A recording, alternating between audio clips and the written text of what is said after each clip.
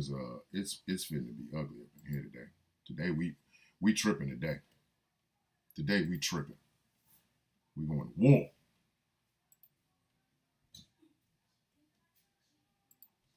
Yep, we going to war today, baby. Baby, we going to war.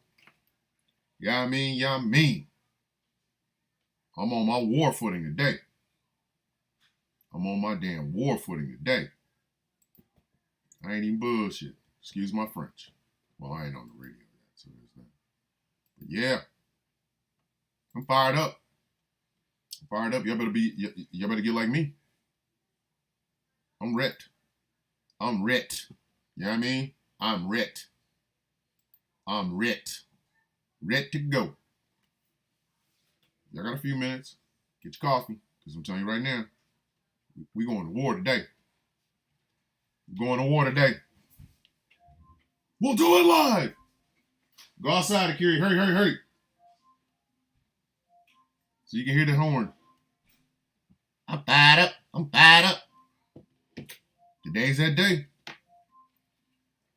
I remember I said yesterday that it could happen today. Well, it can still happen today. Still happen. When I put out my 1-6 Cav shirt, Air Cav, out of Fort Riley, Kansas. It can happen today. Tell y'all right now. I'm on that other. Y'all better watch your mouth. It can happen today. Today can be that day. Y'all better stop listen.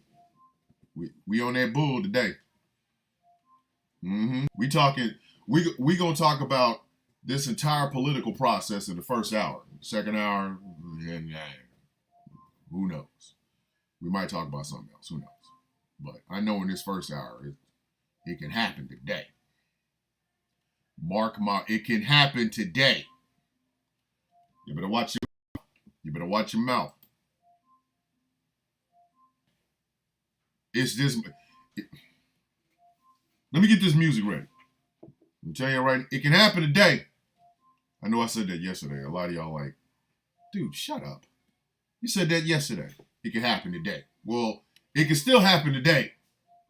It can still happen. Just listen. It can still happen today. All right? I'm trying to be nice, trying to be cool, but it can still happen today. You know what I mean? I ain't playing with y'all. Good morning. Good morning. Good to the MF morning. Welcome to the sound of coffee.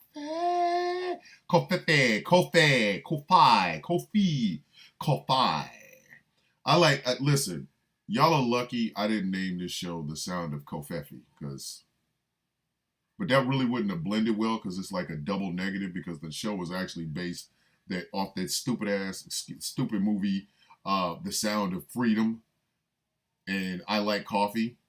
So I couldn't have named it The Sound of Kofefi because you can't sell that to anybody. That's, you know what I mean? Like nobody's buying that.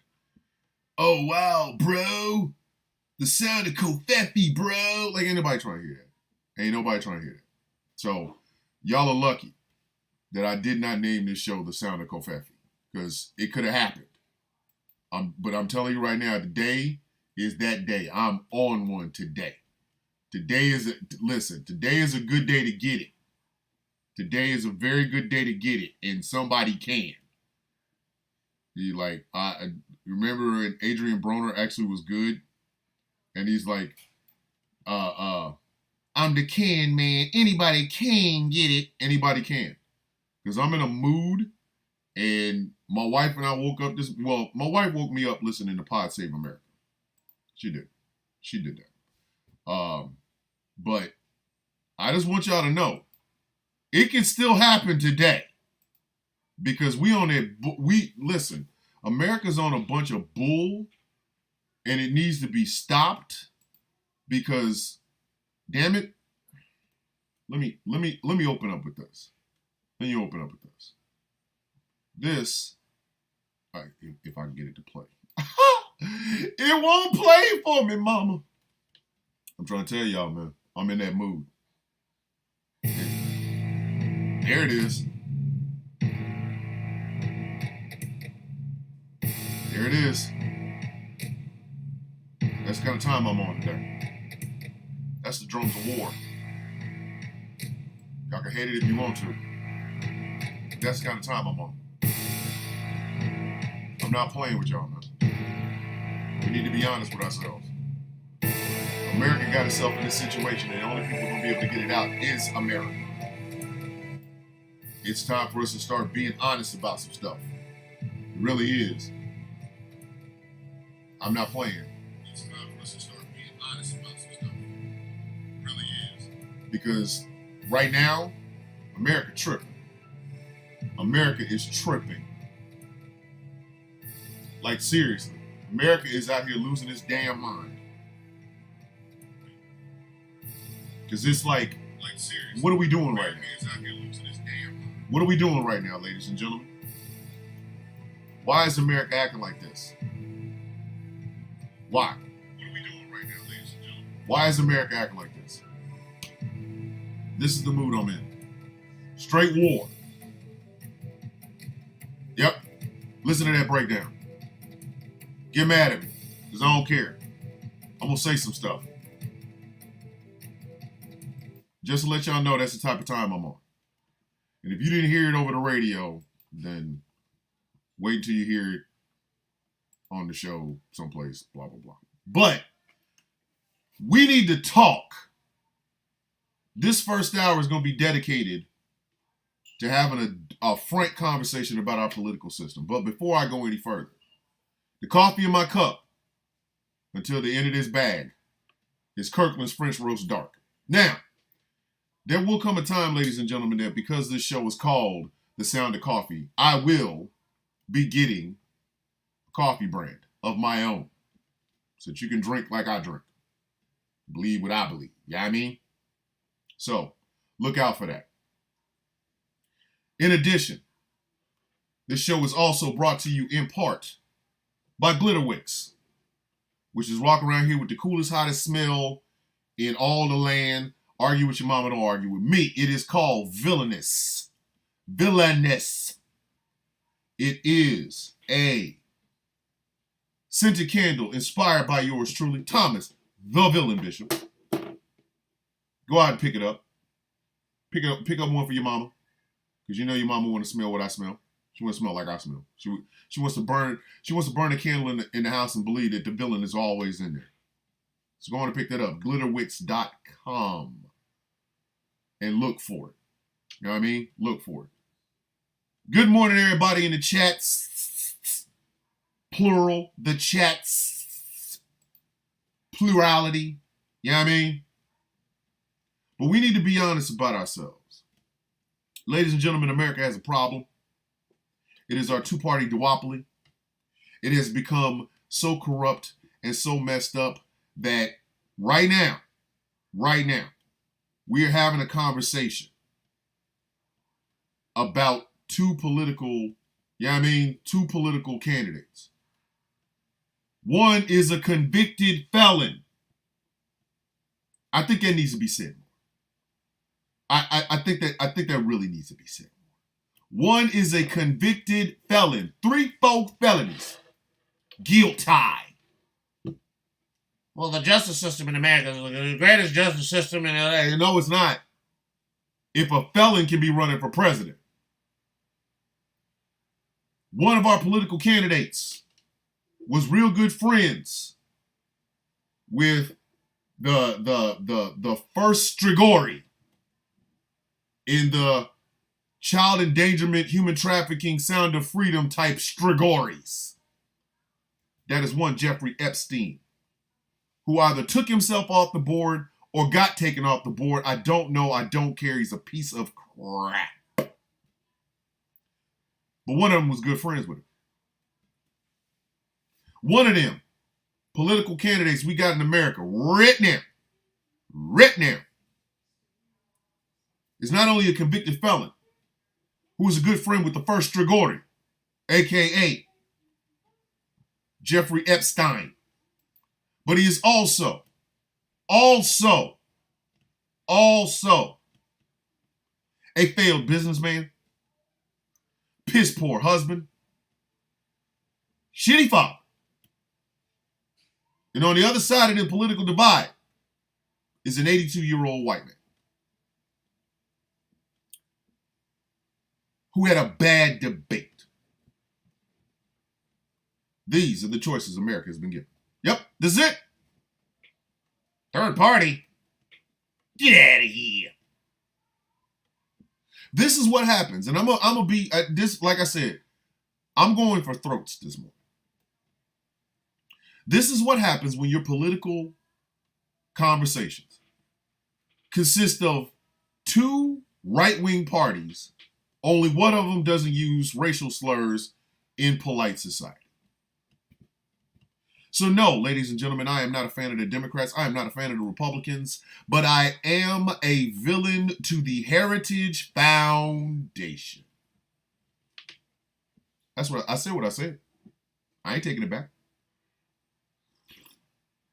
Woo! Coffee, delicious. It's piping hot. But let's keep it all the way funky. Let's keep it all the way funky. Let's keep it funky, right? Let me tell you what my big problem is. This isn't death by 1,000 paper cuts. This is death by 1,000 butter knives. That's what this is. This is death by 1,000 butter knives. And do you know why I say this is death by 1,000 butter knives? Do you know why? Because one party had a chance to do something different and decided, that donor money, baby. Baby, that donor money. Look how much that donor money. Oh my God, can I get some more of that donor money? The other side said, hey, brown people are actually getting things. We don't like that. We want it to be a white thing. And there are organizations like the Heritage Foundation, like ALEC, that said, we ain't getting enough tax cuts.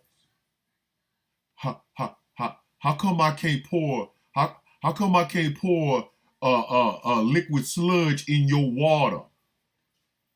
I want to be able to pour liquid sludge in your water. I want more of them tax cuts. This is why we are here where we are today. But before I begin, let me say this. Joe Biden is 82 years old. Okay? You want me to lie? I'm just being truthful. The man is 82 years old. Donald Trump's 4 years younger than him. 4. 1, 2, 3, 4. 4 years younger than him. 4.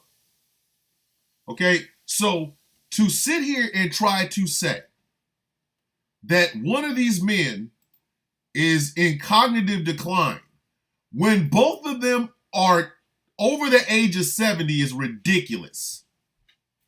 You've got to be kidding me. Bruh, look here. Look here. Let me tell you something. Shout out to LA Knight. Let me talk to you. You're not about to sit here and tell me about the cognitive decline of one Joseph Robinette Biden Jr. without talking about the cognitive decline of one Donald John Trump, who's been in cognitive decline since he was 60. All that Adderall and cocaine, I say. Hey, boy, stop taking pictures. My grandson in here trying to take pictures of me while I'm working. His camera's not working, and now I got to worry about that. But you're not about to sit here and tell me that. Donald Trump is incontinent.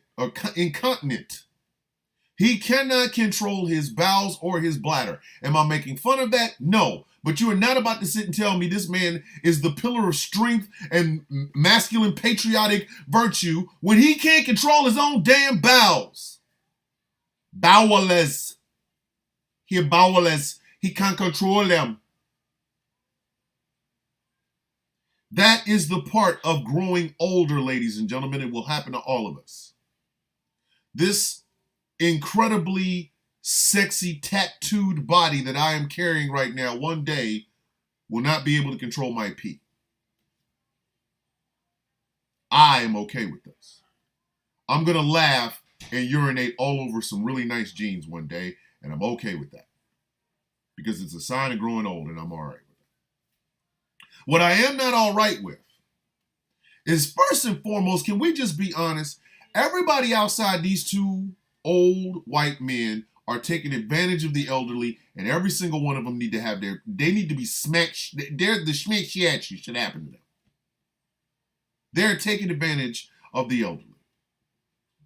All of the advisors on Biden's side are taking advantage of them. All the advisors on Trump's side are taking advantage of them. That's the first part. The second part is this. And I'm going to start with the Democrats. I told you to get rid of that Bill Clinton BS. I've told you this for 8 years. I've told you this for 16 years. I told you. Trying to be Republican-like does not work. You're trying to mimic something that on the other side is the horde White Walkers from Game of Thrones. I told you. I told you. I said, stand for something. Something. Anything. Something different.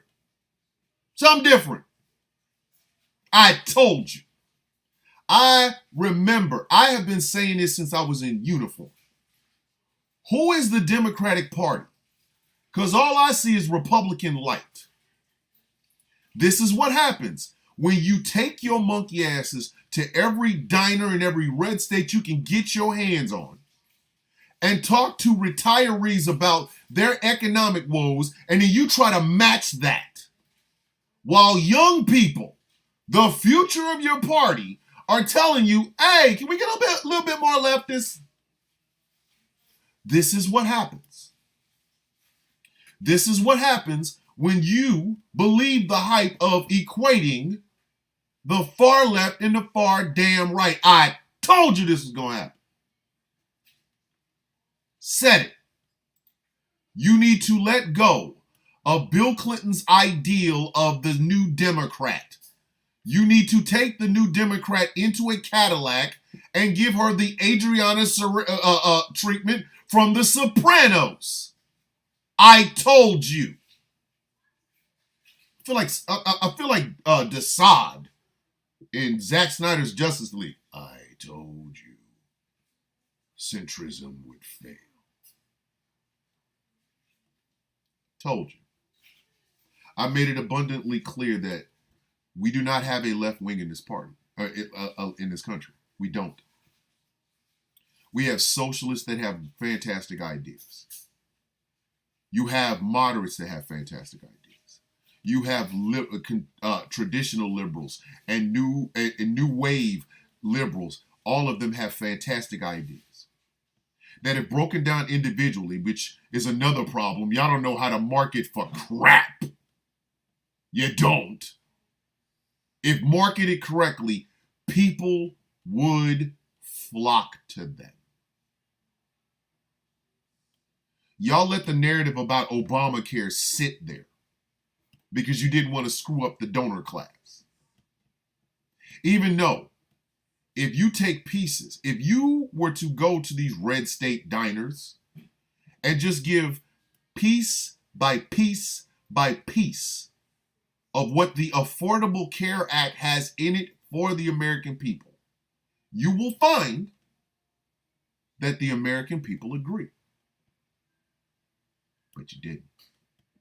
You let Fox News, you let Tucker Carlson's bow-tied, ball-having ass, you let them shape the narrative, and you was like, well, yeah. You did that. And I told you. It was going to bite you squaw in your taint. Told you. Nostravillainous up in this BR. Told you. Now look at you. Here's the situation that you find yourself in, Democrats. Here it is. Damn, this coffee is delicious. right now, you have backed a horse that is 82 years old. And yet, he is the only hope you have of beating Donald Trump. There is no one you can find to put at the top of the ticket that is going to beat that man. Not this late in the game. Could you imagine if the Los Angeles Lakers, Game 7 of the NBA Finals, it's the second quarter. LeBron James, who's he's got 25 points, but he ruptures his Achilles tendon. So y'all go out. Y'all go out and say, hey, we're going to replace him with Kevin James, the actor from The King of Queens. That ain't going to work, bruh. It's not going to work. And LeBron's not going to let you let it work. He can be like, look, if you don't wrap this damn thing up in some tape, put my shoe on tight or something, we're in Game 7. We got a championship on the line. You better wrap that foot up, because he's a competitor. He's a warrior. He knows what he's doing. I don't like Joe Biden, but he is all you have. So shut your silly ass up about his damn age. He's 82. We got it. We good. It's all right. He's 82. We know that now. But he's the last best hope you have of beating that mango monster on the other side. Because I'm going to tell you something else. Here's a little secret. Here's a little secret. Because you did not deal with Project 2025. Because you did not deal with the Tea Party. Because you did not deal with all of these right-wing organizations when you had the chance. You didn't even see them as a threat. That's why you didn't codify a damn thing. Why you was busy over there trying to be one of them. These monsters are now gathering together. And you know the one thing they want? Everything you got. Give me all you got. I feel like Al Pacino in Heat. Give me all you got. Now they want your throat. Now they want your neck. They want all that. All that in a bag of chips. They want all of it. Shout out to the old school. Y'all know how it is. Now they want all of it. So let me ask you a question. What you gonna do? There's nobody at the top. There's nobody on the horizon that you can put at the top of the ticket. You know why? Because you ignored your base. You ignored your base just so that you could sniff the needs of the donor class. The trial lawyers, the real estate agents, the movie moguls, the hedge fund managers, because they got all that money and they was just, could you please donate to my $25,000 a plate dinner? Instead of taking your monkey asses down to the hood, to the barrios, to the res, to these po-ass neighborhoods, asking these people, yo, what is going on with y'all? How can we get y'all to support? You know, hey, what is your economic woes? And then here's a little cool thing called doing what you said you're going to do. Instead of trying to tap dance for them damn right-wing nut jobs. Had you done that, you wouldn't be in the situation you're in right now. But you wanted to be New Democrats. You wanted to be centrist. You better move. And no further right. Move your ass to the left. To the left, to the left. Move your monkey ass to the left, to the left. Move over. Move over. Come over this way. You gotta adopt all of them. Y'all let defund the police just float out there when you knew damn well it wasn't about defunding the police. It was about reallocating police funding so that we get better trained cops, on the street that don't pull a gun on mentally ill people and grandmamas. Your two pieces of legislation has been sitting in Chuck Schumer's desk. He has been the Senate Majority Leader for 4 years now. There are two pieces of legislation that are sitting in his damn desk that would have assured Joe Biden easily won this damn election. The George Floyd Fairness and Policing Act and the John Lewis Voting Rights Act. You could have brought it up to a vote, got it codified, put it into law, had Joe Biden sign it. Literally, young people would have been like, hey, he's at least trying to do something. Yes, Joe Biden has been one of the most legislatively positive presidents in history. Yes. Where's your marketing on that? Who knows? The people in the know. Which is not helping the mouth-breathing knuckle draggers. And I'm about to talk about them bad, baby. I'm about to talk bad about you, baby. All you knuckle-dragging mouth breathers, y'all finna get this work. But hold on a second. Democrats, you cannot change the horse now. You must live with it. Joe Biden is your candidate. So you better ride with him till the wheels fall off. But if Joe Biden somehow miraculously wins this election November 5th, 2024, on November 6th, y'all better be reaching out to some leftists. All of them. Everybody you can get your hands on. You better take your behind over to the Democratic Socialist Party. Talk to them.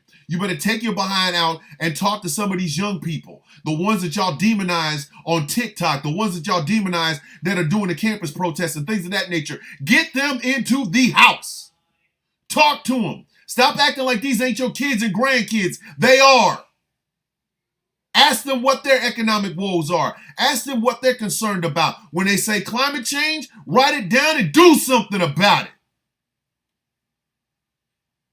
When they say human rights, write it down. Do something about it.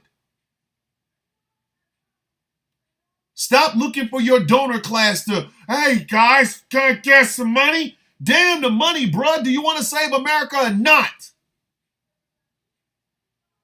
I have never in my life seen a woman always in peril like the damn democracy of this United States. This is the most important election of my lifetime. I'm 52. I've heard that stuff for 10, 15, 20 years.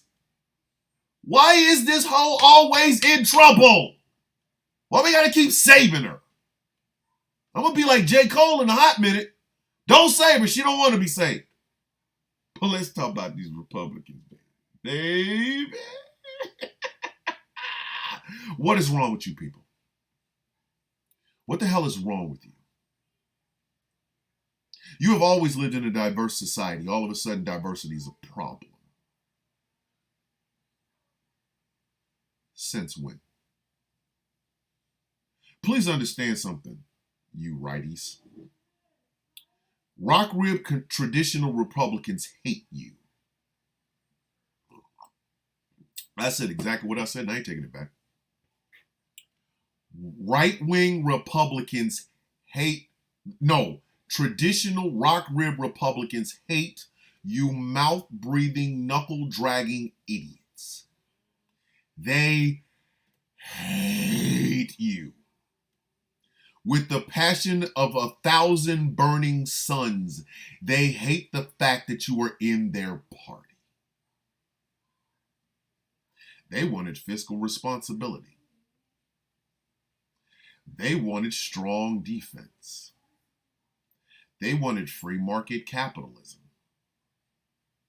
And instead, they're hanging out with white supremacists and oath-keeping people that would break into the Capitol for one man. You have turned their party into a cult. And they hate you for it. They hate that people are literally catering to you. They hate you. And I don't blame them.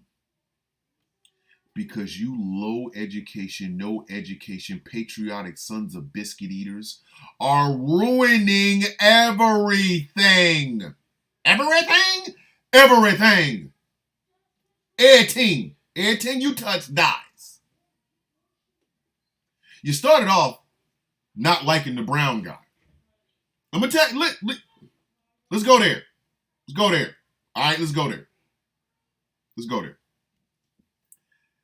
Before Orange Oompa Loompa Cheeto Man, the magical melting man of Mar-a-Lago, was your candidate of choice, you had a former governor. You had sitting senators. You had sitting congresspeople. You had real Republicans. That wasn't enough. Y'all wanted the spectacle Republicans. That's why, out of all the souls that ran for the presidency in 2016, y'all let a failed businessman, three-time baby daddy, thrice married, narcissistic, thin-skinned, coke-addled idiot become your nominee. Because he said all the racist crap you want to say, but you don't want to get stole on. And the real Republicans hate you. The Lincoln Project would not exist if you knuckle-dragging, mouth-breathing idiots were not in the party. You bring no policies. You bring no achievements. Your candidate of choice has never done anything good with his life. Never. He's not even his daddy's favorite son. He ain't. Sorry. That would be the brother that died. They were going to hand this Orange Oompa Loompa Cheeto Man, this orange Jello with shoes on. Fred Trump was going to hand him a bunch of money and tell him to go be a playboy someplace. Please get out of my face. That's what he was going to do. That's what he was going to do. Argue with your mama, don't argue with me. I'm trying to tell you. I'm trying to give you $1 million worth of game. $9.99. Trying to tell you. But y'all liked the fact that he was an idiot. Y'all liked him talking about his penis on a damn presidential debate stage at the Ronald Reagan Museum. Remember when y'all thought Reagan was God? Reagan walks on water. Actually, Reagan walks on gasoline. Now, I mean, this man talked about, they said my hands are small, believe my hands are big, and if my hands are big, you know something else is big. This was a presidential candidate. If I made a TikTok video where I said, my arms are big and I wear a size 12 shoe, so you obviously know, some thang is some thanging. I would be justifiably banned. Banned.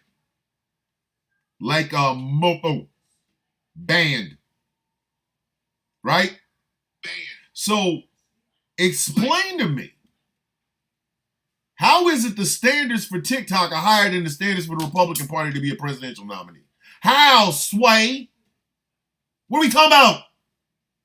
What are you doing?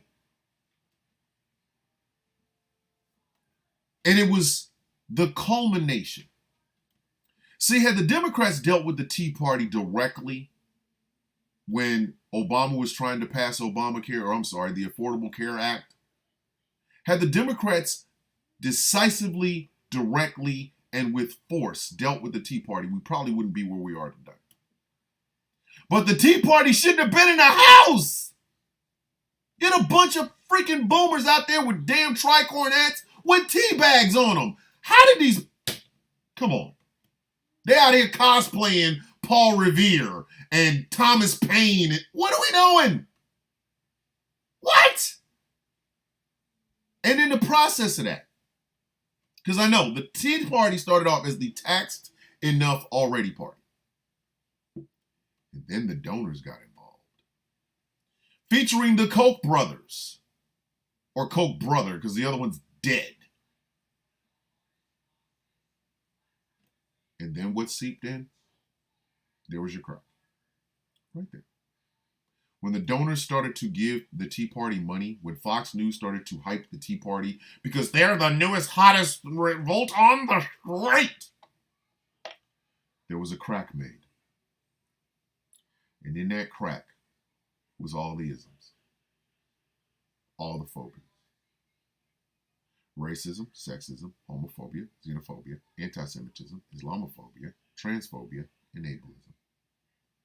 Went right in that crack.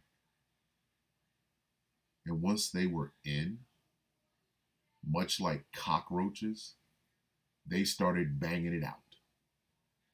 And when they started banging it out, they started to produce more cockroaches. So the Tea Party morphs into the Tea Party plus racism, plus sexism, plus homophobia, plus xenophobia, plus anti-Semitism, plus Islamophobia, plus ableism, plus transphobia. And that starts to that cauldron starts to boil, baby. It starts to boil, and there's a funk that comes off of that. And what is that funk? The birther movement. And now that funk is infecting everyone. Now, the first African American president of the United States has to be born in Kenya and Indonesia and Hawaii at the same time. Obama's mama had to be running like the Flash to be able to break her water in Kenya, run to Indonesia to start the first dilations of her uterus and things of that nature, and then run across the water all the way to Hawaii to have this kid. Are you kidding me? Word, for real? You serious right now? Really want to go there? Is that what we doing? And that's what happened. From that point, the cauldron had boiled over, and it started to infect the Republican Party. Mitch McConnell got sick. Lindsey Graham got sick. All the Republicans started to get sick off of this toxic sludge that was boiling in this cauldron.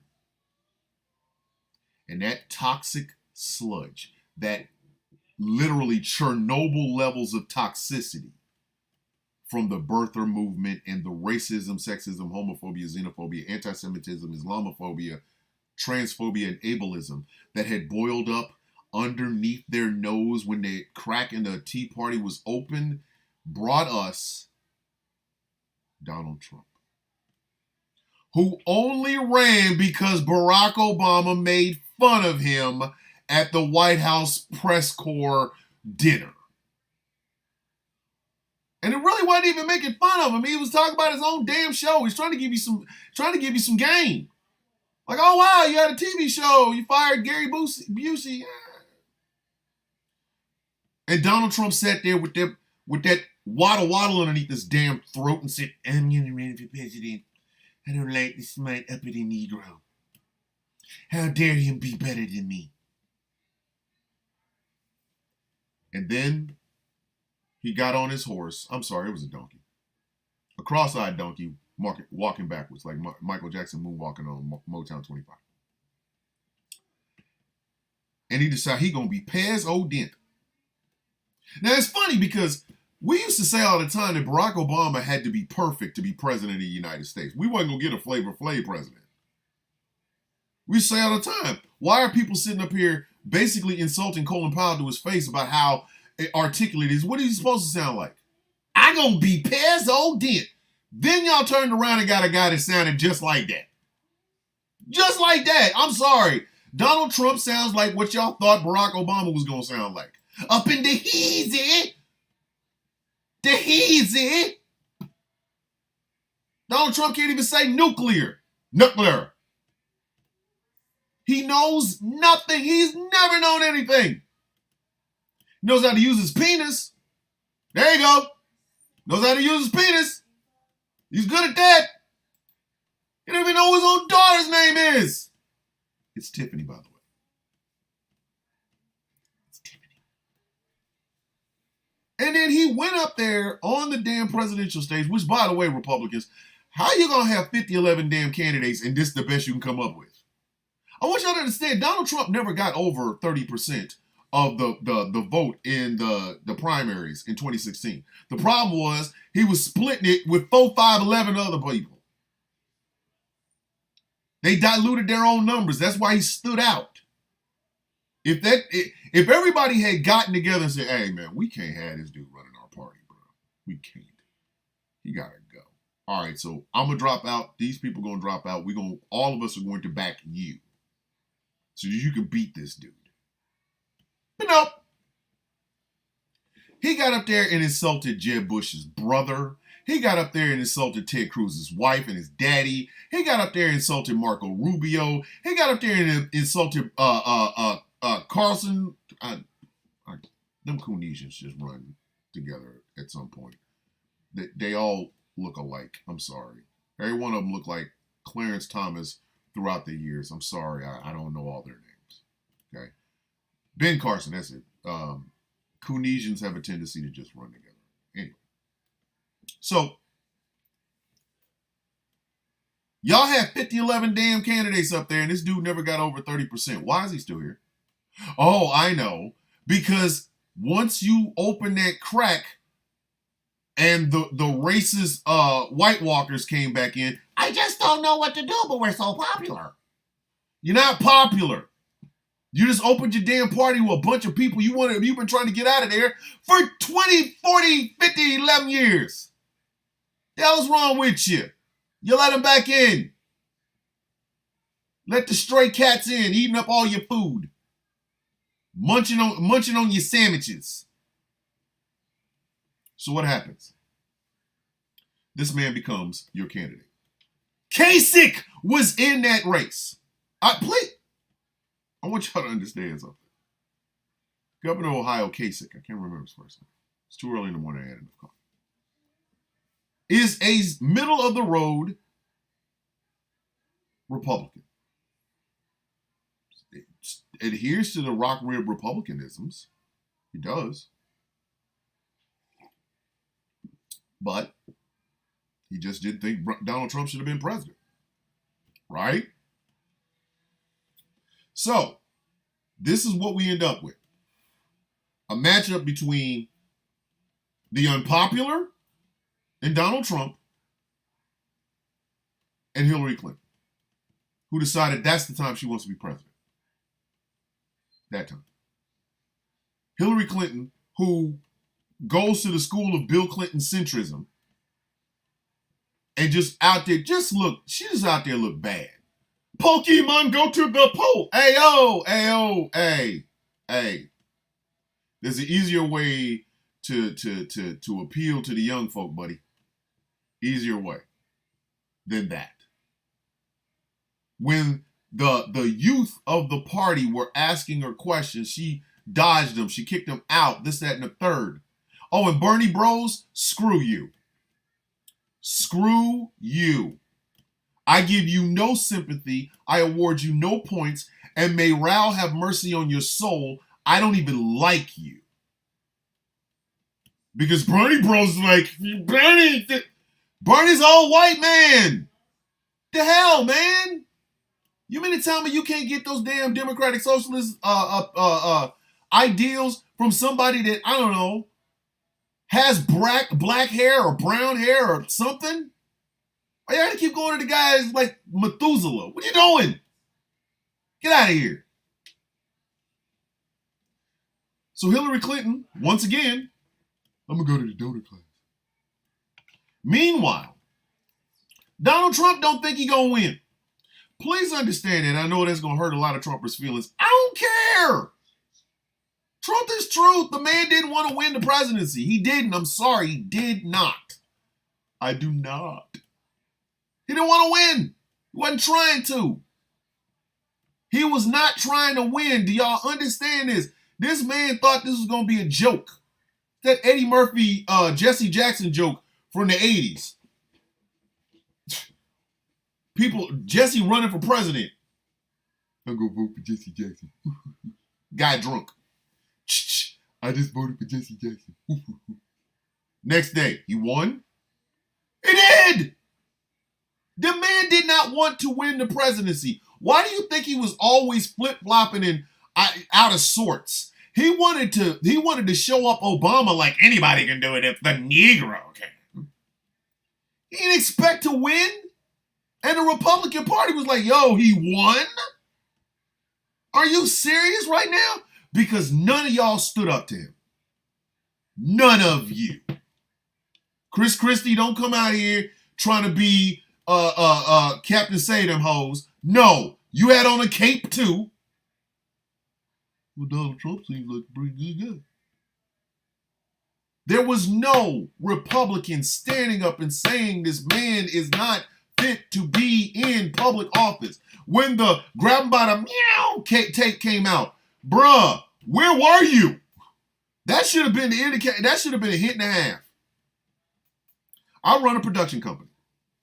I'm co-owner in this radio station. If one of the hosts on this radio station goes on a tirade where they're talking about essaying or sexually assaulting women, they are no longer on this radio station. You gotta go. You gotta go. You gotta get the F up out of here. I'm like that Devin the Dude song. I got to get the up out of, you know. You gotta go. You can no longer be a part of GCPR. You gotta go. I ain't playing with you. If Jeff says we gotta give him another chance, no, we don't. No, we don't. No, we don't. You ain't got but one time, bro. One time.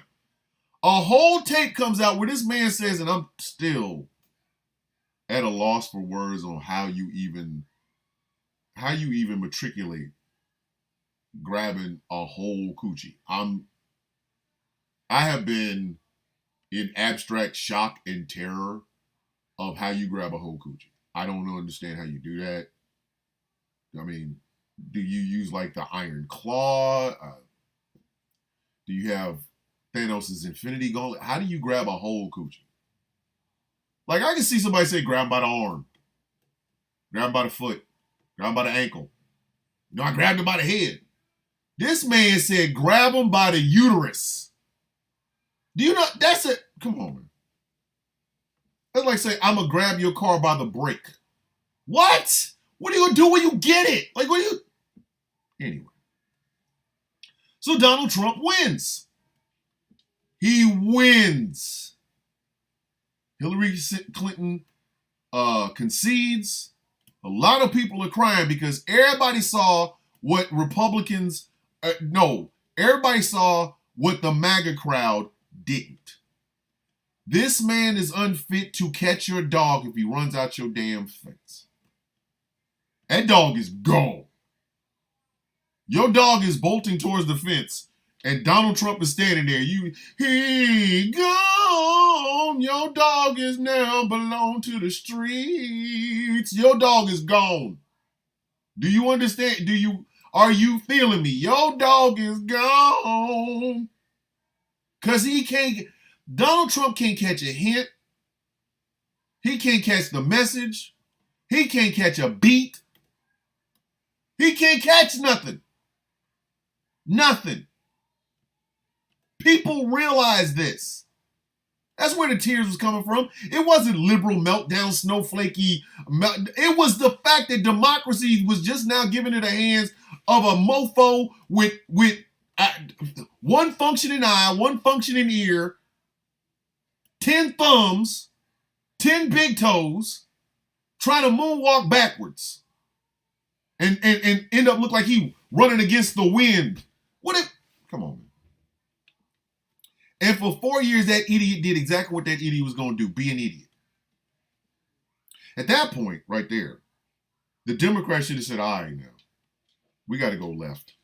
Because this dude, and it wasn't even just Trump. It wasn't even just Trump. It was the low information, low IQ ass people that followed him. That's the part that pissed off every damn body. How are you not smart enough to know this dude don't know what the hell he's talking about?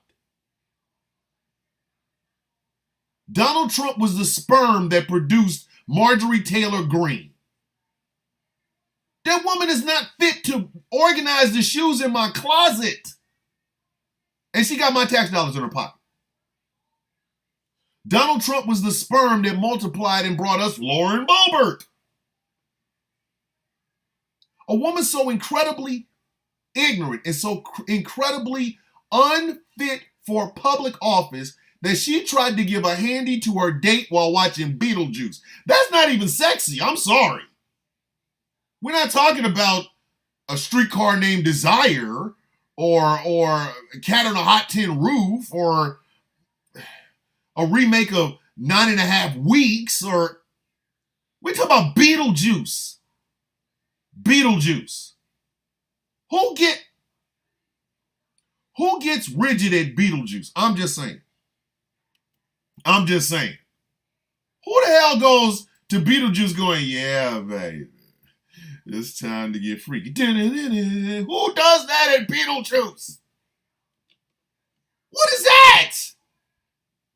If my wife looked at me and said, baby, we're gonna do the vertical mamba while watching Beetlejuice, I'm gonna look at her and go, what? Ew. Don't get me wrong. One of Michael Keaton's best characters, but I'm good. I'm good. Babe, just cuddle me. Just hold my hand so we can laugh. Hold my hand so we can laugh. But no.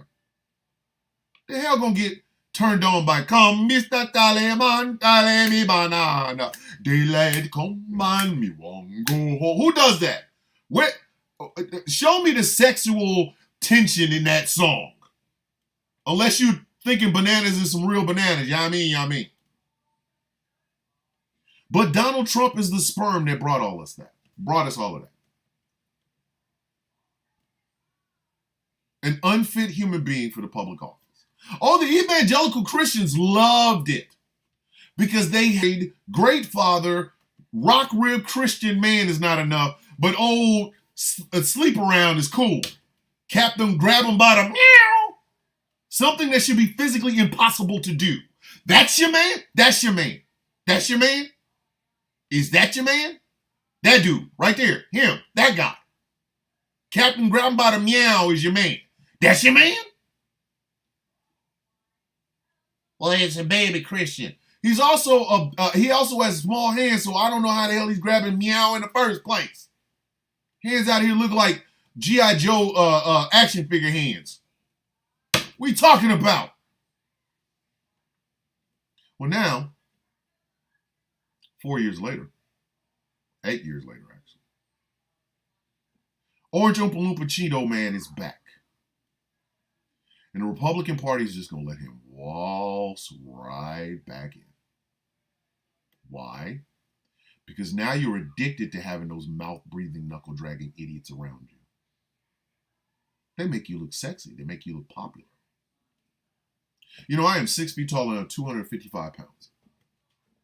If I stand in the middle of 5 guys who are all 6'5", 6'6", 350, swole meat for no reason whatsoever, all covered in baby oil, I look intimidating. I really do. Now, if all 5 of these damn guys can't fight, don't know how to throw a punch, ain't never busted a grape in a fruit fight, what do I look like then? What do I look like right then? Like, shit, what do I look like? Explain that to me. I got 5 dudes, 3 times my size, just swole meat for no reason, just big old swole meat dudes. I look intimidating until somebody says, hey, that's Thomas the Villain. I'm going to punch him in the mouth. And swole meat guys can't fight. They can't throw a punch for nothing. What do I look like? What do I look like? But that's what y'all have become addicted to. Y'all have now become addicted to having these mouth-breathing, knuckle-dragging idiots in your party because, oh my God, we'll win some elections. The problem is you're going to burn down the damn democracy you swear up and down you love. Gonna burn it to hell to the ground. Because you know what is also behind you? Christian nationalists who want to take over the government because brown people get things. Virulent anti-government types who want to get into the government to kill the government. Virulent white supremacists. Virulent militia types. Yeah, you popular. You real popular. And they don't like you. You have sacrificed everything that you thought you were going to, you wanted for this country just to have these unpopular mouth-breathing idiots with you. Oh, and let's not forget, there are the corporations that all gather together in some sort of Legion of Doom-esque group called the Heritage Foundation, or ALEC, or Club for Growth. And they want to take you down a path that leads to fascism. But I thought you were all anti-government. What was it? What was that Ronald Reagan said? The 8 most dangerous words in the English language. I'm from the government. I'm here to help. Well, now you have groups that have 8 more dangerous words. I am the government. Do what the hell I said. That might not be 8, but you get the gist. That's the problem. That is the problem.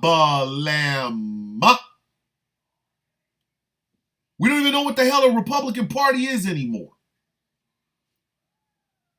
So, Democrats, you wanted this. Back your man.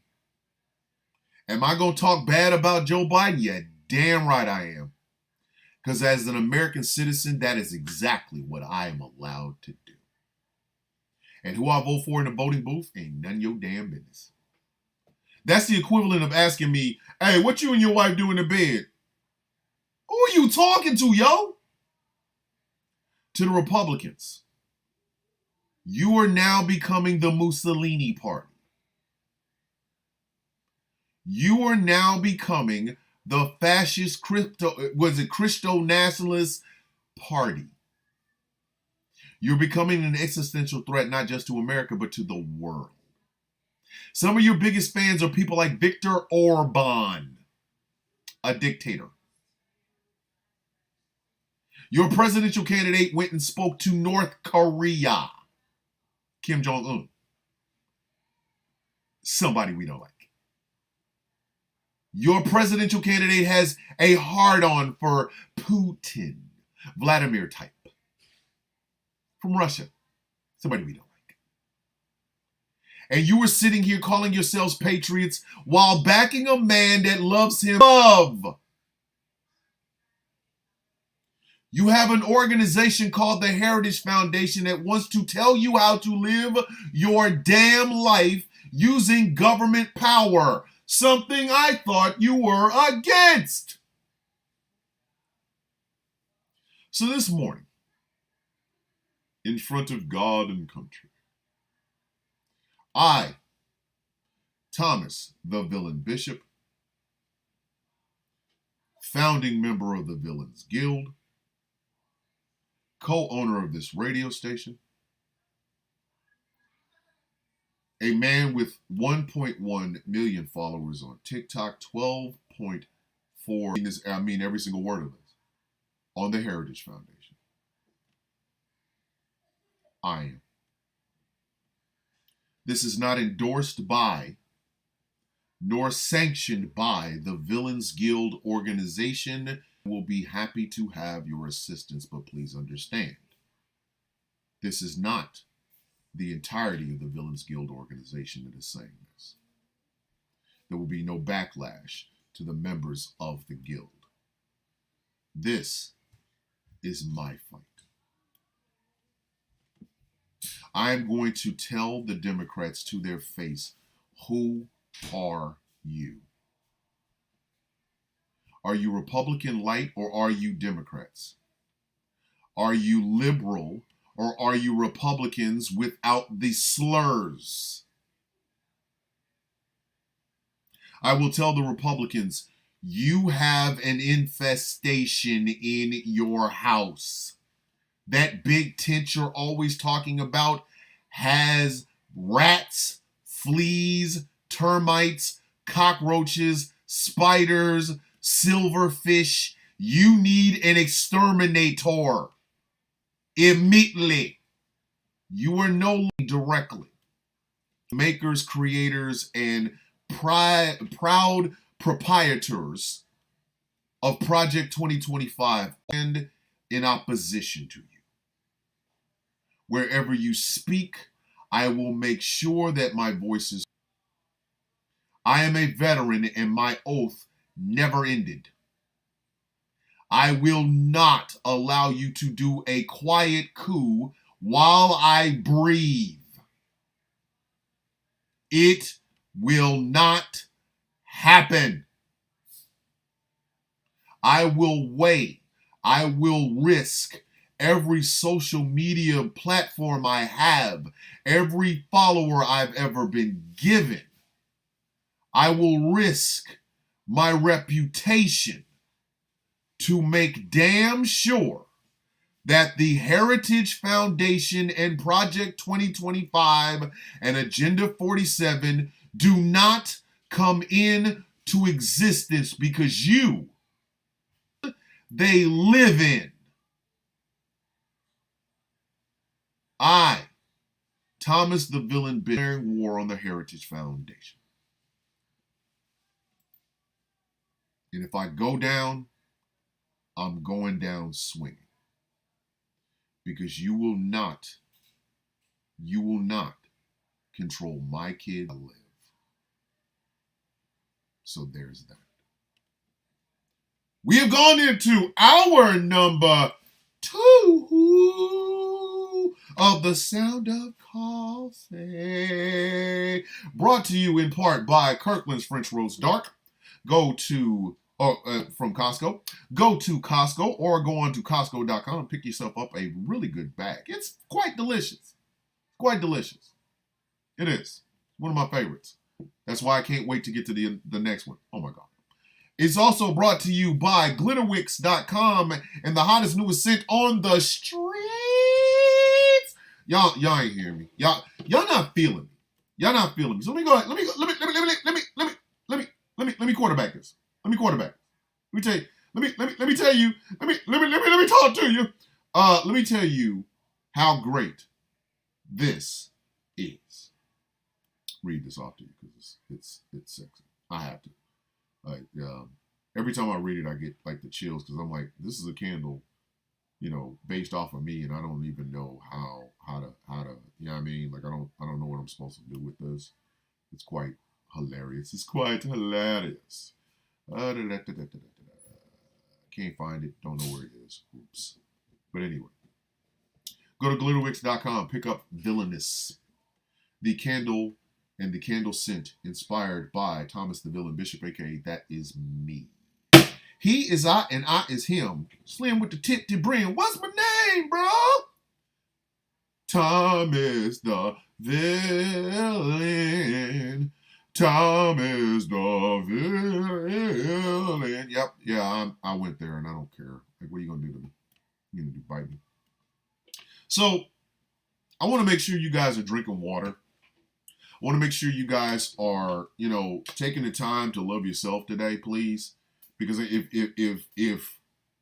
don't nobody love you, I love you, but you really absolutely need to love yourself first. Okay. And to those of you who have suffered in the hurricane that came through and hit, please be safe. Don't go out there hurting yourself, stuff like that. So let's see. Let's just going down. John Stewart says Biden's response to debate flop is becoming Trumpian. I just talked about that for an hour and 2 minutes. I ain't even gonna go there. I refused to. Can we talk about nerd stuff for a few seconds? Let's do that. Hey, Star Wars fans, if you don't like what Disney's putting out, don't watch it. Oh damn. You mean to tell me you didn't know you could do that? I didn't know I could do that. You can't. You just turn on. Because Star Wars fans are the most toxic fandom around. Period. I'm saying it. This is the rankings. You ready? Here's the rankings. Star Wars fans, MCU fans, DCEU fans. In that order. And I ain't even getting into anime because I don't watch a whole lot of anime. I don't read a lot of mangas, so I don't know. Maybe Naruto fans are worse than Star Wars fans, but I doubt it. I doubt it. You gotta. That bar is so low. I don't know it. I think it really might be in hell. Like I think it really might be in hell. But Star Wars fans are horrible. Y'all are horrible. Like, seriously, like, let's just... All right, I get it. First and foremost, you were dealing with a corporation called Disney. Disney is no longer the house of the mouse. Mickey Mouse wears a very beautiful double-breasted suit that he got made from Savile Row. And Disney wants their money. Mickey is Ray Liotta in Goodfellas. Oh, did you like Star Wars? F you, pay me. Oh, you were a big fan of MCU? F you, pay me. Oh, you can't wait to see the X-Men again? F you, pay me. So the mouse ain't playing over there, all right? And don't get me wrong, Bugs Bunny is wearing the same suit. All right? Warner Brothers Discovery is over there doing the same thing. Oh, you want more Superman? F you, pay me. Oh, you're a big Batman fan? F you, pay me. Oh, you like House of the Dragons? F you, pay me. So you got Mickey Mouse and Bugs Bunny wearing very beautiful double-breasted suits from Savile Row. Both of them are wearing some very good-looking Florsham shoes, but they're shined so brightly they look like mirrors. Anyway. So we get it, kids. Disney's going to pump out stuff because they got to get that money from Star Wars. I understand. It doesn't mean you have to watch it. All right. I'm still on episode 5 of The Acolyte. I finished it 2 weeks ago. I know 6 and 7 are already out. I haven't watched it yet. I'm planning on it, so I'm going to. But here is where I've always been a Star Wars fan, but I'm also a rational human being mind comes in. I enjoy them for what they are. I don't think about nostalgia. I don't. I just don't think about nostalgia. Because why? If I want nostalgia, I can watch the old films.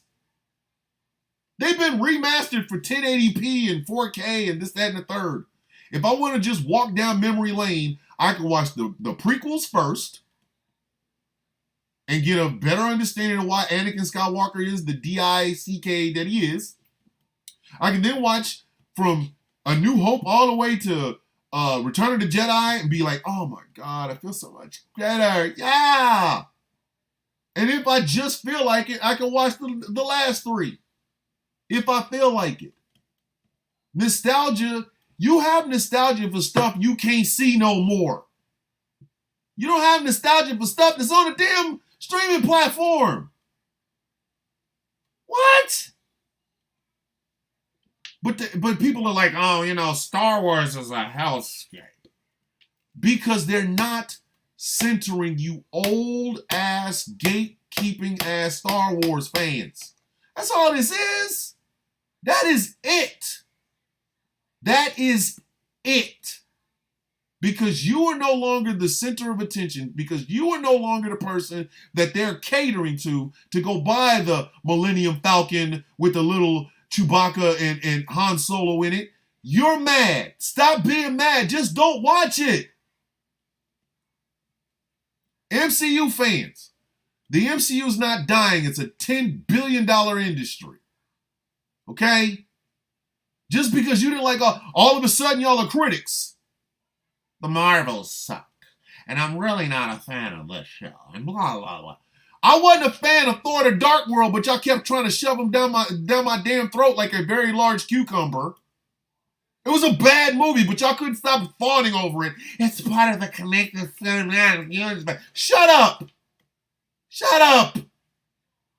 But because, again, they're not catering to you. I sucks and die and Hey, DCU fans, come here. Come here. For y'all, I have the most disappointment. The most. Now, I have gone on record as saying that that new Superman was just... The only reason y'all like him is because he got his draws on the outside. I said it. I ain't taking it back. I'm sorry. Not going to. But y'all didn't fight when the Snyderverse was going on. What you fighting now? What are you talking about? You won't even give James Gunn a chance. I'm not, listen, I'm a watch because I'm a huge Superman fan. That's what I am. But y'all out here, I record a Snyderverse. Snyder don't want nothing to do with it. The actors are gone. Watch the movies. I swear they're on 2 streaming platforms. Uno, dos. You can just flip between the 2. You can watch Man of Steel on Max. You can flip over to BVS over on Netflix. Come back with Zack Snyder's Justice League on Max. You want some nostalgia? Arrow, all the seasons of Arrow, Netflix. The Flash, all the seasons of The Flash on Netflix. But that's my problem. Older fans suck. And the reason y'all suck so damn bad is because y'all want to be catered to again. Some of y'all are in your 40s and 50s. Y'all are pining for the days when you were like 12. I'm not. I'm sorry. I'm not. Do I collect comic books? You're damn right I do. I have over 5,000 of them. The beauty of having them is anytime I want to read them, I can. So I don't need the comic book shop to cater to something I can get over in my box. I want new stories. I want fresh stories. I want new heroes. I want new villains. I want storylines featuring old characters that I just never thought about. Like Identity Crisis or Civil War. Not the movie, the actual book. But this is my problem. Older fans ruin it for everybody. That's why Star Wars is at the top, because some of y'all are just tragically evil. Y'all ain't even evil for evil's sake. Y'all are tragically evil. Y'all just be out here just, everything sucks. Nobody wants to watch, blah, blah, blah.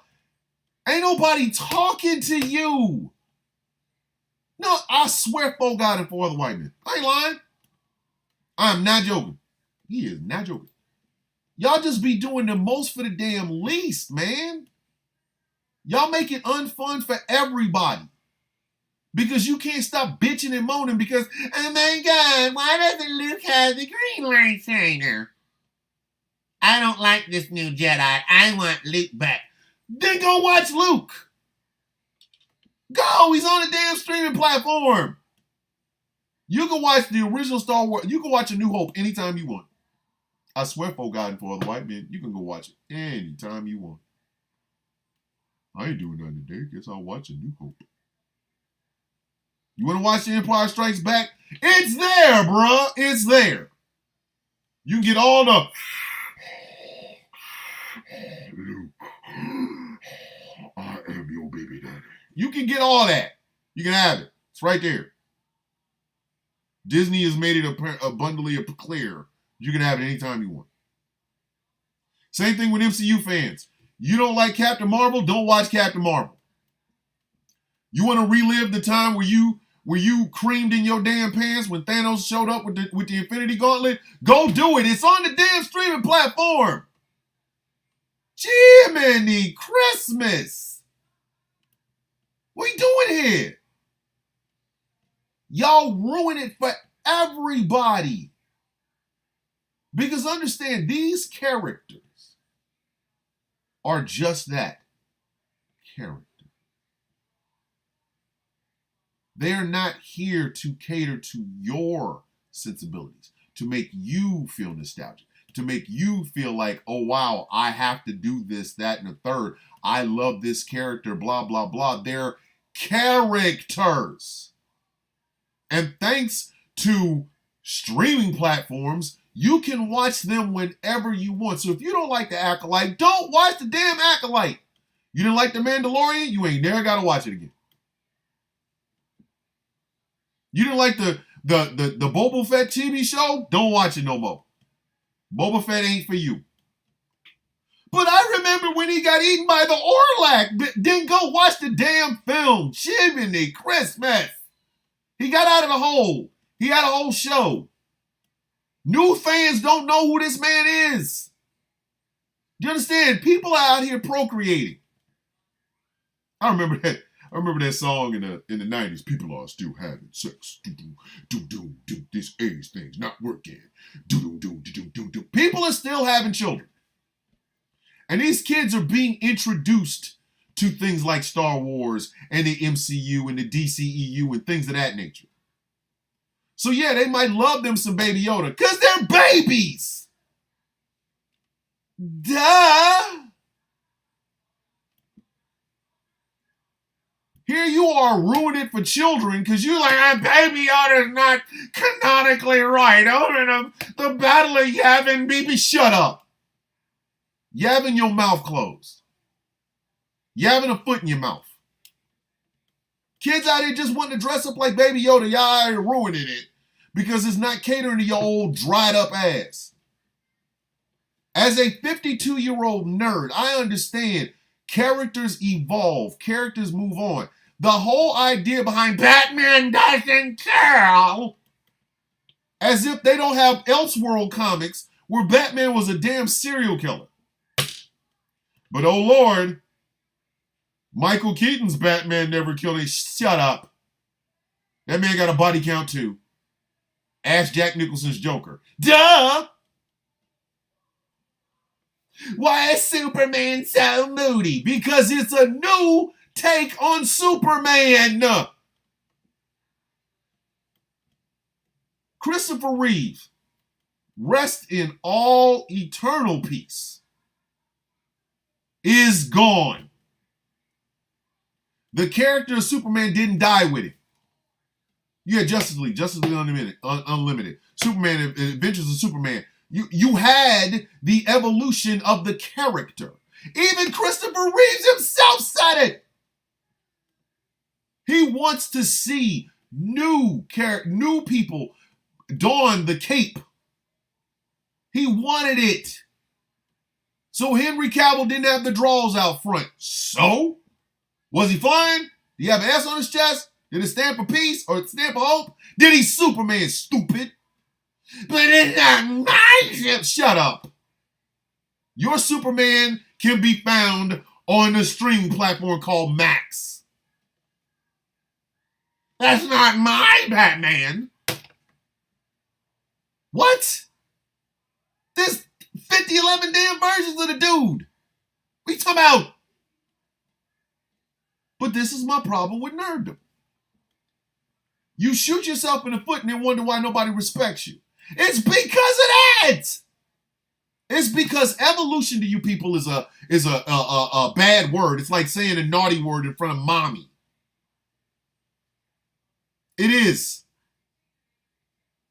The idea that you can have your nostalgia, but nobody else can have evolution is ridiculous. I'll be damned if you gonna tell me why I should be over here mad at a show because the characters have the same stuff some old characters have in the same universe. Yeah, then sit your monk ass down. Sit down. Be quiet. Sit down. Be humble. Sit down. You're not about to sit here and tell me that, bro. Not going to be able to do it. Not going to be able to do it. That's why I said Star Wars fans are the worst at this. They're the worst. Darth Vader is eternal. James Earl Jones is in his 90s. He's breathing like Darth Vader for real now. I want my Darth Vader. I don't like this Kylo Ren. The grandson of Darth Vader, who is channeling his grandfather's essence and literally trying to pick apart and pick up his legacy. But oh no, we don't like it because it isn't the real Darth Vader. Then go watch the real Darth Vader. That's like getting mad at a woman who does you liked her when she had low self-esteem and people were talking bad about her. You liked her then. But then when she upgrades, goes to the gym, gets better, starts doing self-help, starts doing meditation, and she becomes a different human being, now all of a sudden, I like the old you. Why? The old you was old her. What are you talking about? If Star Wars does not evolve, if everything y'all want to see is the same BS that you can see on the same streaming platform you're complaining on, then why should anybody give a crap about damn Star Wars? Why? Why should I care? What? Why should I give a damn? Why? Oh, it's Star Wars with the same characters you've known and I don't care then. I'm gonna do. I'm supposed to be excited about that? If the MCU does not evolve, we don't get Black Panther. They had to expand past the white male, the young white male demographic. You know what I mean? They had to. But I like Captain America, Thor, and Iron Man. Then go back and watch Captain America, Thor, and Iron Man movies. They're right there. Do you know we can see them? They right there. They're on the channel. What the? Stop being mad. Stop being mad. Stop it. Stop. Because y'all out here embarrassing your damn selves.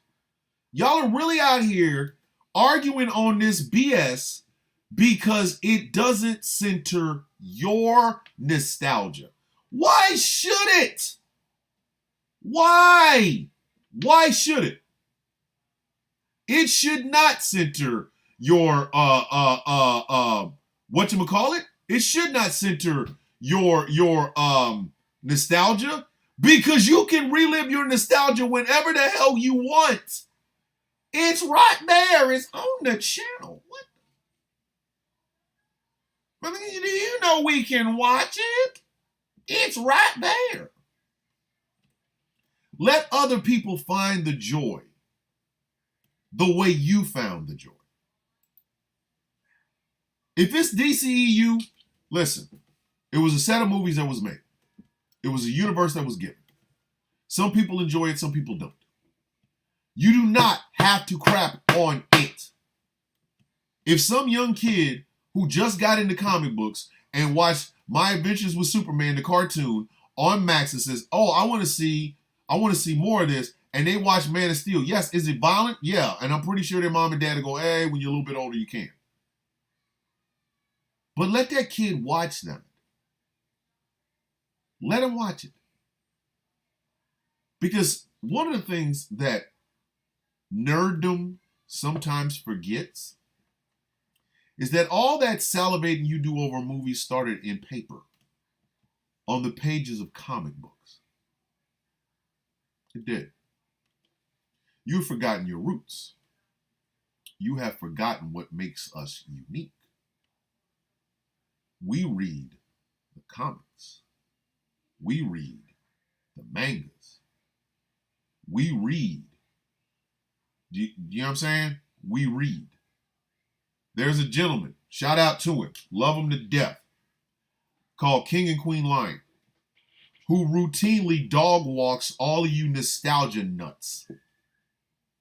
And do you know how he does it? Using the books.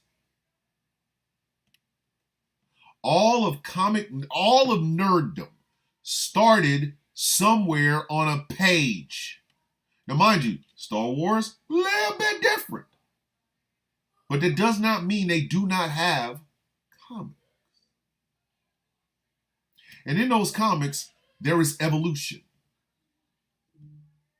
There is evolution.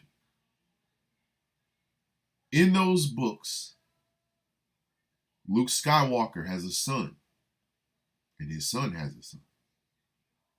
In the hardback or paperback books, it gives more of the story. I remember reading The Empire Strikes Back as a kid. Reading, kids, not watching the movie because I couldn't afford to go see it. Number one. Number two, I was a kid. So I read the book. You know, the book. And I got just as much excitement. My imagination ran wild. Some of y'all don't have imagination. That's your problem. Your imagination has been stunted by watching the stuff on the screen, so you don't know any damn thing. You don't know. And when you don't know, you act like you do. When somebody like King Queen Lion, who is not only a comic book writer with published comics, but a collector of comic books, when you bring your half-learned ass to somebody like that and you get dog walked, smile and walk it off, because you should have learned the first time before you opened your damn mouth. You got people out here really trying to debate who created Vision. Well, obviously it was Tony Stark and Ultron. Hank Pym didn't have nothing to do with it, right? Right? Hank Pym didn't have nothing to do with it. Who's Hank Pym? That's my damn point. Shut your silly ass up. You want nostalgia? The films are right there. You can relive your childhood as much as you want. Thanks to Disney and Warner Brothers Discovery's need to suck every dollar out of your pocket, you have the ability to watch whatever you want, whenever you want. I am nostalgic for old Godzilla films. I genuinely am. The English dubbed Godzilla films are some of my favorite films, especially when I was a kid. So when we end up with the Godzilla, the evolved Godzilla with the pink spikes, or we end up with Godzilla -1, who is just a raging asshole, or we end up with Shin Godzilla, which is the evolution of Godzilla from like a cephalopod to this thing that just destroys all of this whole city while people have meeting after meeting after meeting. It's exciting for me because it is an evolution of a character that I have loved since I was a child. I don't get mad and go, how come there isn't a guy in a rubber suit? Shut up! The hell wrong with you? It's all a blend. It's a tapestry. I love the Godzilla Kong films. I can't wait for Godzilla's next solo film. I hope they bring in a character like Destroyer or Space Godzilla. I'm not sitting there getting mad because I don't get the Heisei of the Showa era Godzilla, a grown man in a rubber suit. We have technology, CGI, things of that nature. I loved Godzilla -1. The hands down, without question, the best Godzilla film ever made. Argue with your mama, don't argue with me. Argue with your mama. Do not argue with me. Hands down, the best Godzilla film of all time. That's why it won an Oscar. Because those visual effects were off the meat rack. And the story got me in my chest. But if I had been all Star Wars nostalgia nerd, It's not Godzilla because he wasn't in a rubber suit. I would have missed out on watching a visual masterpiece. This is a Godzilla film. And then I turned my black ass right around, went to the movie theater, paid money to go watch Godzilla get pink spikes, Kong end up with a damn infinity gauntlet to beat Scar King with his bad teeth mouth, and Shimu, an ice lizard, an ice titan, the first one. You know why? Because I love the character. Give me more. That's how I look at it. Give me some more. I would, as a Godzilla fan, I will go where they go. And if it's bad, I'm going to say, it's bad. I'm not a fan of it. I'm not cool with it. I'll watch it once, won't watch it again. But I'm not about to stand out in front of the theater going, Godzilla doesn't have pink. He's not transgender. This Godzilla sucks. I want the guy in the rubber suit. I ain't gonna do all that. Because you know what else is going into that theater watching that Godzilla with the pink spikes and the evolved Godzilla? You know what else is going in there? Kids, children, their first experience with Godzilla. They watched King of the Monsters. They watched Kong Skull Island. They bought the plushies. They enjoyed the movies. They enjoyed Godzilla vs. Kong. They liked it. It was CGI. We all knew that. But these kids didn't. They were sitting there in wonderment like, Mommy, look. There's a big, Kong is big and Godzilla's fighting him. And look, they fighting in the water. Oh, Mommy, look at Godzilla's flame breath. And the tradition begins anew. Rather than bitch, moaning, and complain, why don't you introduce the kids to the stuff that you always being nostalgic about? You don't like Grogu. Who the hell asked you to? You think The Mandalorian sucks? You think The Acolyte sucks? You think The Marvels suck? The Marvels is a female-centric damn superhero movie for little girls. Because they had Wonder Woman. Oh, we didn't like Wonder Woman 1984. It was for little girls. Letting little girls and femme-presenting people have the idea that they too can be a superhero. But here your nostalgic ass over there ruining it for everybody. Out here just screwing up the game. Sit your book ass down. Always messing it up for every damn body else. This is what, do y'all not understand? This is why we used to get thrown in the lockers. This is why they used to grab our drawers and give us wedgies. This is why they used to flush our head in the toilet. This is why. This is why nerds got bullied and beat up. Because we acted so much more superior to the people outside of it. We never tried to get them involved and bring them in and, hey, let me show you how exciting this is. This is why people ridiculed nerds back in the day.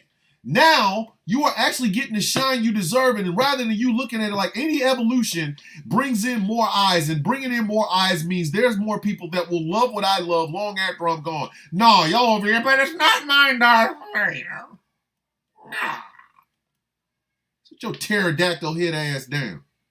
Get my damn nerves. We are in the final stretch, ladies and gentlemen. I told you I was on one today, man. I was on one today. I listen, y'all thought I was bull. I'm not playing. When I told y'all I was on one, I meant every doggone word of it. Every doggone word of it. I mean, all, you know what I mean? So, before we close this out here in a few minutes, so I need Jason Whitlock to shut up. I need Jason Whitlock to never speak again. Jason, listen. This is gonna be harsh, but I don't care. This is gonna be harsh, and I don't care. Okay? Because I have never liked Jason Whitlock. I never have. I didn't find him appealing when he wrote for the Kansas City Star, my hometown paper. I didn't find him appealing when they put him on ESPN. I didn't find him appealing when they fired him from ESPN and he showed up at Fox Sports 1. I didn't find him appealing when they fired him from Fox Sports 1 and the only place he could get a job at is The Blaze, which is known for its hard-hitting sports analysis. Freaking Glenn Beck can't even grow a beard right. So please understand where this comes from is a place of hate. I've never liked that. But now he's a damn menace and he needs to be stopped. Okay. I don't even think Jason Whitlock has a prospect to be married. I don't. In fact, if I was a betting man, I would say that women find him repulsive. Not because of anything other than the fact that, other than the stuff that comes out of his mouth. CIA and FBI helping you attack helicopters and drones. You couldn't. Ain't nobody married with Jason. This is a man that wore a hat indoors, something I've always found repulsive because my mother told me it was. And then I went to the Army and they said take that cover off in the building. Cover was supposed to be outside. You're supposed to put a hat on outside. Not Jason. He, for years, because he was ashamed of the fact that he had a bald spot, wore a funky-ass fedora while on the show with Marcellus Wiley. Where they do this at? Where in the actual F do they do this at? So you're going bald. Shave it all off. That's what I did. I have male pattern baldness. My father's bad genes about hair. It happens. So I shaved my head bald. Completely. That is my signature face. That is my signature style. If you see me with hair, I'm dead. That stuff grew out in the box. But as long as I'm on this side of the dirt, standing up, walking, I will shave my head. Yes, there's a bit of sex appeal in it. Yes, a little bit of narcissism. But I will shave my head because I'll be damned if I walk around here with the bows of the clown stuff. I know what my father's hair looked like in his 50s and 60s. And I'm 52. You not today. Not today, Satan. Get thee behind me. But Jason Whitlock decided to wear a damn fedora.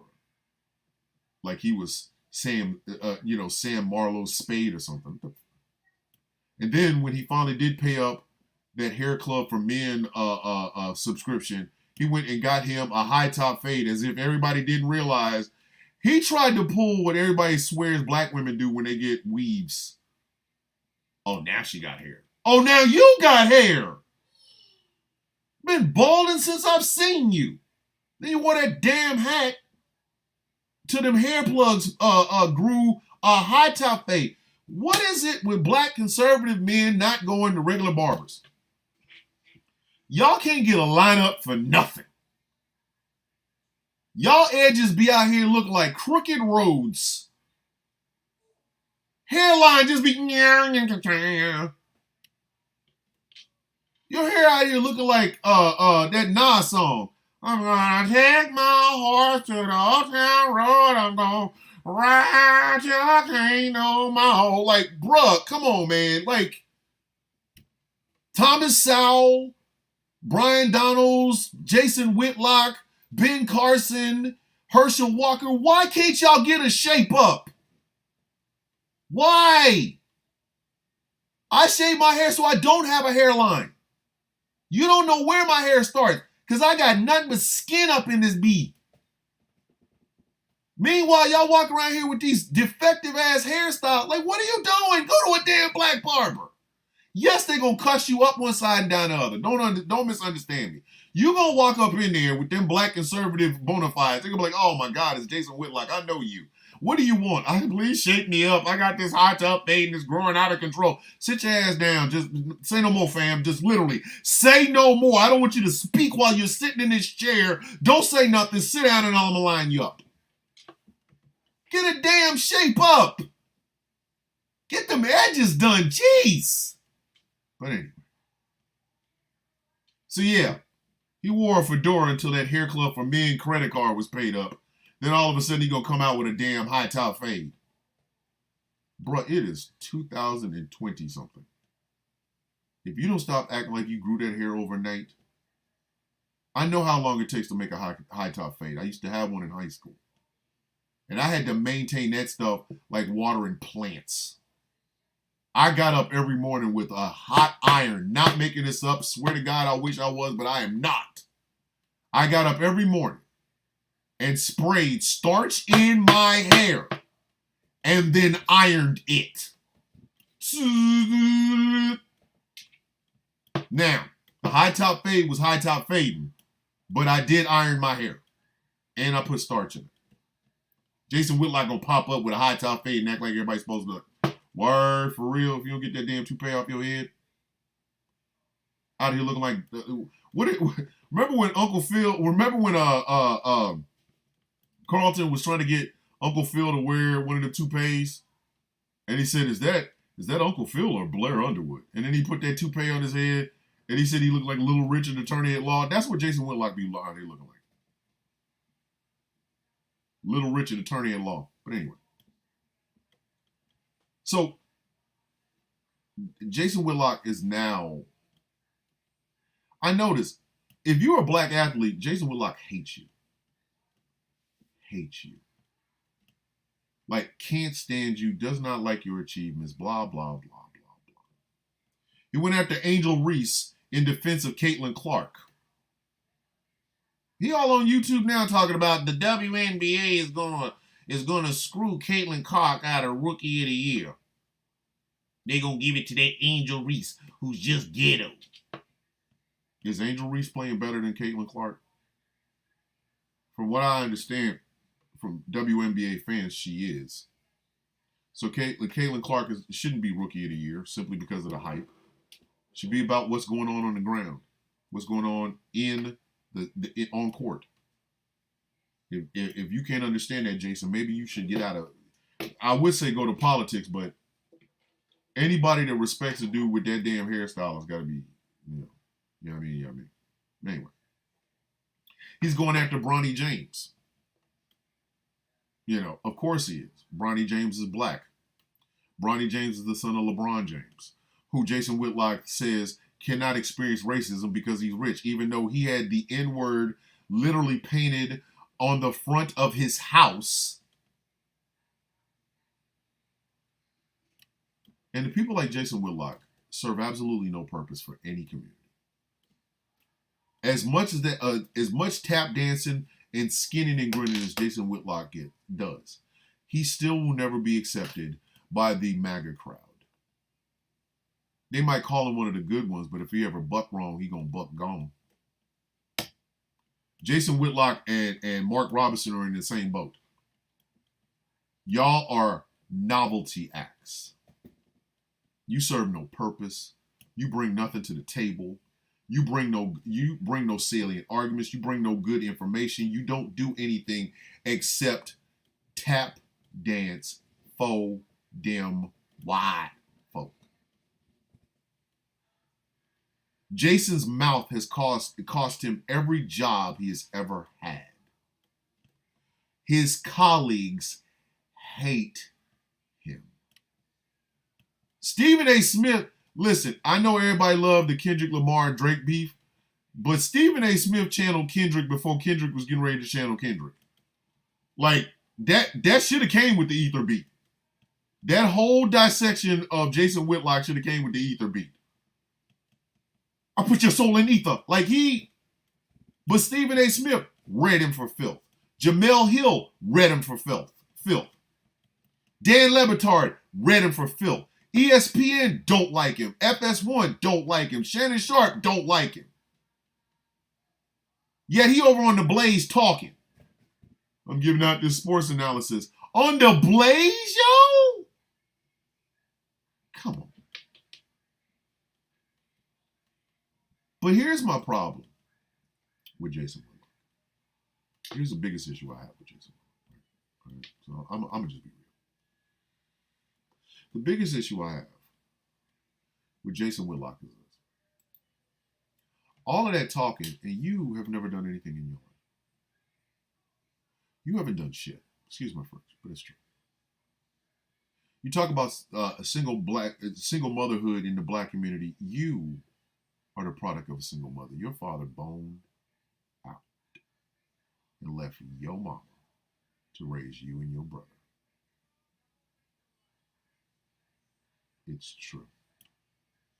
You talk about traditional family values. You are not married, nor do you have a child in this world. None.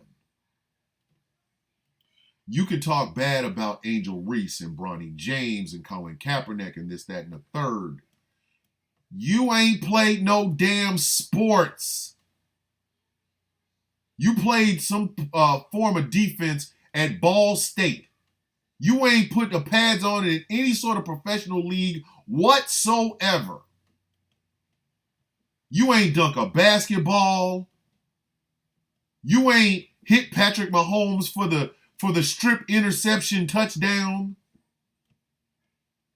You ain't kick a goal to go ahead with the go-ahead goal in the World Cup. You ain't done none that. None that. You have set your monkey ass behind a damn microphone for as long as I've known you. It's either a microphone or a typewriter. And you were tap dancing and skinning and grinning for people that don't like you. They don't. You talked about Charlemagne the God. You got a lot of nerve. Is Charlemagne controversial? Absolutely. But he's also a hell of a lot more relevant in these streets than your fake toupee. How you get a toupee of a high top fade? I'm never letting it go. I'm never letting go, Jack. I'm never letting go. All the hairstyles you could have got in that toupee, you said high top fade? What? You went with a high top fade, yo. You did. In 2020 something. What I am saying is this, Jason Whitlock, you don't have a leg to stand on, so why are you out here barking like you do? Why? Why? You have no relevancy in this world, man. None. You're insulting because you realize if you walk out your door after saying the wrong thing about Angel Reese and Angel Reese's daddy punches you in your damn mouth, there ain't a damn thing you can do about it. Nothing. But take that L. You can take that L on the L train going to LL. All right. That's what you can do. If you keep talking about Bronny James and LeBron roll up and knock your damn high top toupee onto the back of a rat and that rat takes it home and it makes a nest out of it, there ain't nothing you can do. Nothing. If LeBron James runs up on you right now and says, what was all that about my son, man? You're going to be copping pleas. LeBron, I've always let you. Sit your monkey ass down. That's my problem with Jason Whitlock. And people like Jason Whitlock. I mentioned Mark Robinson a couple of days ago. Mark Robinson out here talking about some folks need killing. Who gonna kill him? You? You? Just because you got a Second Amendment don't mean everybody else ain't got no Second Amendment, Mark. And you are not built to run long distances trying to dodge them hot rounds. You are not, Mark. You're going to get pizopped. They're going to be talking about your ass in the past tense. You're going to end up on a rest in peace t-shirt. Blah, blah, blah. Same deal. Same thing with Jason Whitlock. He gives these crappy sports takes. Ain't never played a sport. Like I said, he was on some level of defense on Ball State, and that's about it. That's it. That was it right there. Boom. That was all it was. That was it. But you got the nerve to have your mouth running. Man, if you don't sit your stupid ass down, sit your monkey ass down. People like Jason Whitlock piss me off because just like Chris Brown, it was Chris Brown that said this. How you gonna talk crap from the outside the club? You can't even get in. Colin Kaepernick stands for something. LeBron James stands for something. Angel Reese plays her damn heart out. The girl has a national championship ring. You can't even... You know what? Never mind. There was a ring joke in there, but I wasn't going to go there because, again, we are before 8 p.m. Eastern Standard Time, so I ain't even playing. I'm not going to play. You know what I mean? So, if this show was at night, you would know what I was about to say. But anyway. Out here talking. Who are you, bruh? And then to have your small meat for no reason ass up in CPAC talking about family damn values. You single. You extra crispy single. That's how dumb Jason Whitlock is. That's how dumb he is.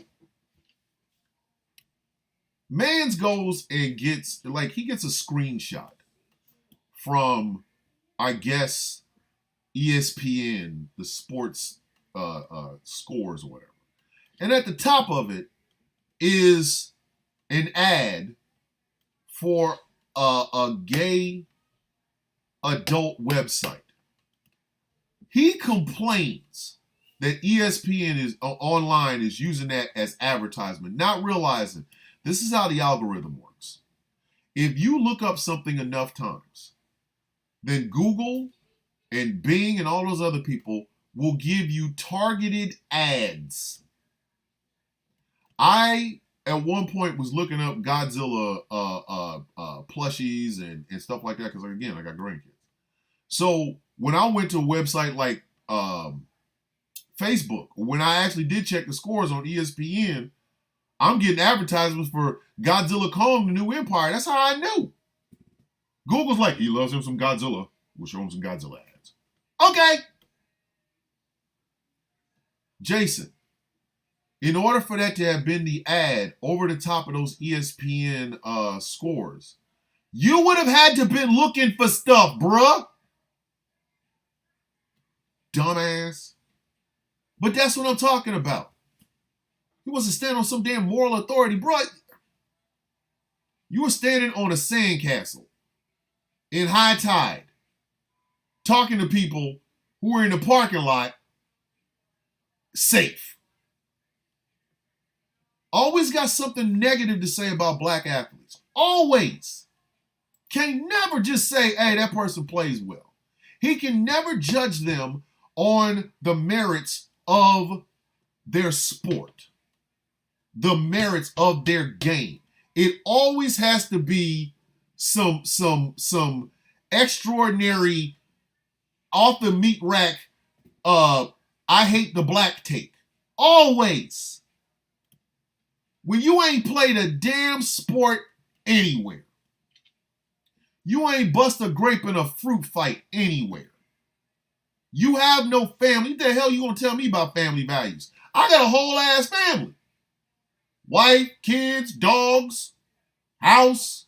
I had a cat at one time, but now the cat's over there with my daughter. I know what it's like to have family values. So if I stood up at CPAC, I'm going to talk about the family values that I have. I use single, extra crispy single, and out here trying to give out advice on damn family values. Man, if you don't sit your monkey ass down, sit down. It's like asking a man with no legs, how far can he run to get to the corner store? Bro, I ain't got no legs. Get out of my face.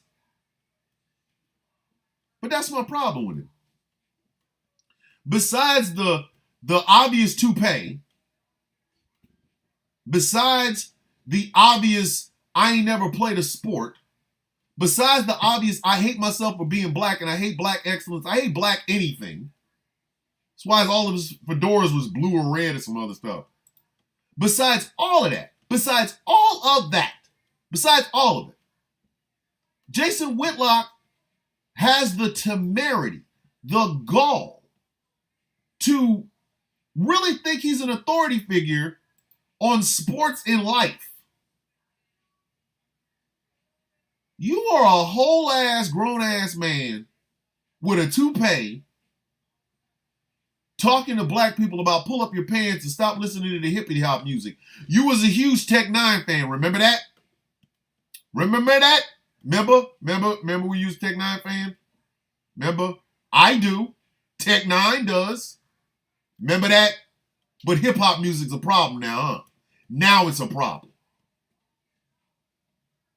To finish up this rant, it is very simple. Hey, Jason Whitlock, I need you to move that toupee a little bit further back so it doesn't cover your ears so you can hear me closely. Unless you're about it, shut up. We get it. You hate your blackness. I don't care. Hate it quietly. In sports, it's supposed to be about who, what, where, when, why. Maybe even a how if you want to throw it out there. Your personal anecdotes about stuff that ain't never happened to you, stuff you've never been involved in, stuff that you can't be involved in, stuff that you would never be involved in is irrelevant, bruh. Don't nobody want to hear it. That's why you over at the Blaze and not Fox Sports 1 or ESPN. Because they got tired of your tap dancing Sambo act long ago.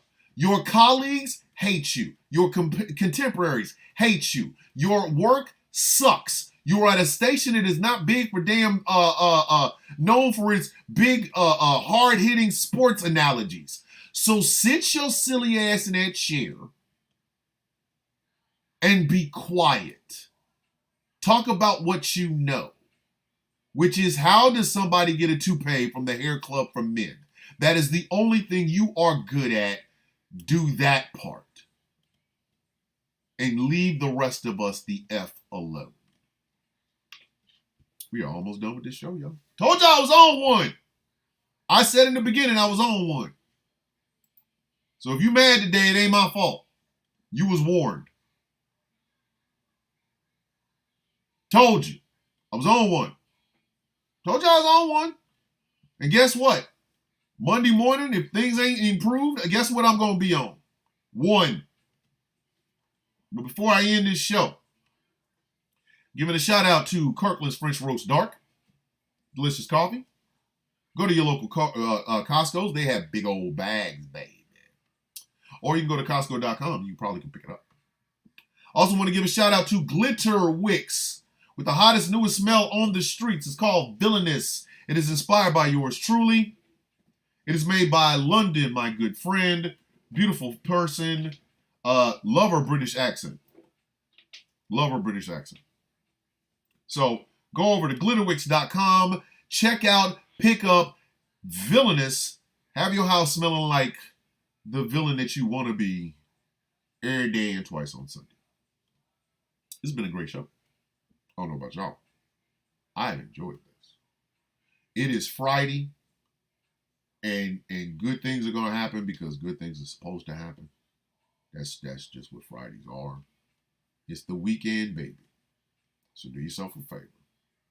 Have some fun this weekend. Make sure you drink plenty of water. It's too damn hot out here for y'all to be out here surviving off of Brondo because it has electrolytes. Get yourself some water. Make sure you take some time to breathe, relax. Get them stretches in. Watch a movie. Go grab your girlfriend's booty. Go grab your boyfriend's booty. Go grab both booties. It really doesn't matter. Try to get to a pool if you can. If not, stay in the house with the AC. Check on your pets. Check on your elderly.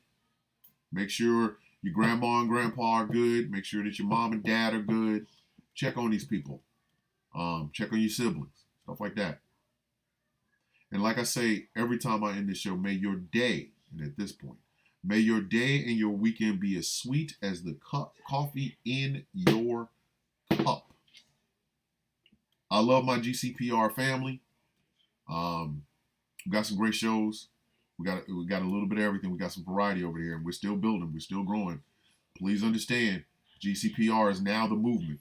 The brand is strong. Always and twice on Sundays.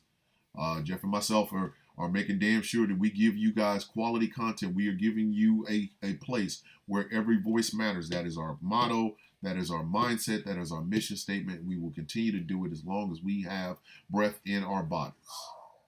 So once again, may your day and weekend be as sweet as the coffee in your cup. Ladies and gentlemen, this has been The Sound of Coffee. I am Thomas Bishop. I am the best thing going, and you know it. Ladies and gentlemen, have a very, very good morning.